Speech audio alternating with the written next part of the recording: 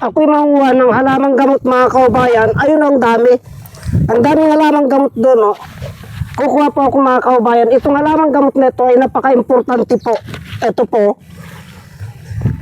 Itong halamang gamot na ito mga kaubayan ay napakabisa po ito sa high blood, cholesterol, diabetic. Kung ipapaliwanag ko po mga kaubayan.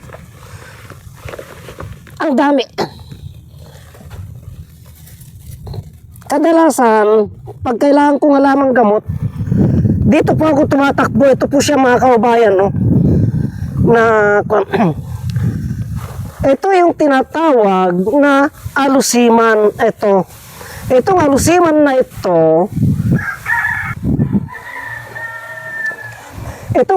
na ito, mga kaubayan, ay napakabisa po sa high blood, cholesterol, diabetic. Ito. At napakaganda po na panglinis sa baga. Itong alusiman na ito. Ang cleansing po sa katawan. Yan pong nagagamot nito. High blood, cholesterol, diabetic.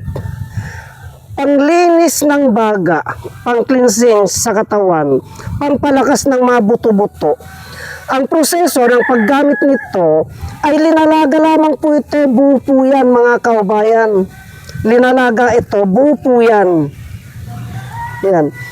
At iniinom po, uminom po sa umaga, tanghali, ay umaga at gabi lang, mga kaubayan. Itong halamang gamot na ito yung tinatawag na alusiman o kaya tabtabukol. Ito po siya mga kaubayan, no? Alusiman o kaya tabtabukol ang tawag dito. Napakasarap po na ulam to mga kaubayan. Yan. Hinahalo sa munggo. Pwede rin po sa sigang ito. Pang sigang po ito mga kaubayan. Pwede rin po ito na ilaga lang isaw-saw sa bagoong. Masarap po sa munggo ito. Marami tayong benepisyo na nakukuha dito. Ang dami niyan. Mamaya mag-uwi ako at mag-uulam ako ng ganito. Marami tayong nakukuha sa alusiman na ito o kaya tabtabukol. Mga kaubayan, na panglunas sa karamdaman. Ito po ay mabisa po ito sa high blood, cholesterol, diabetic, panglinis ng baga. Panglinis po ng baga mga kaubayan. Pang-cleansing po sa katawan. Ilaga lamang po ito kasama na itong ugat at inumin po ng umaga, isang baso sa umaga at gabi.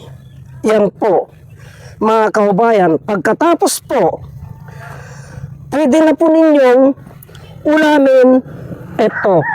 Pwede na ninyong isaw-saw sa bagoong o isawag sa isda. Ganun po. Double purpose po nito. Itong alusiman na ito mga kaubayan, gamot na sa karamdaman. At ito ay mabisa pa. Ito ay mabisa na panggamot sa karamdaman. Ito ay masarap pa na ulam. Yan. Ang benepisyo na nakukuha sa alusiman. Pakibahagi naman po itong video na ito para malaman naman po ng iba ang kahalagaan na nakukuha, ang benepisyo na nakukuha natin dito sa tabtabukol o alusiman kasi nagkalat lamang po dyan sa kabukiran. Napakarami po dyan sa may kamutihan. Ito po ay pinapakain lang nila sa baboy ito. Pero ito po ay napakasarap na ulam. Hindi po alam ng ating mga kaubayan na iba na ito ay mabisang gamot. Itong alusiman na ito. Sana po ay may naintindihan kayo sa aking ibinahagi tungkol sa lusiman na ito. Marami pong salamat.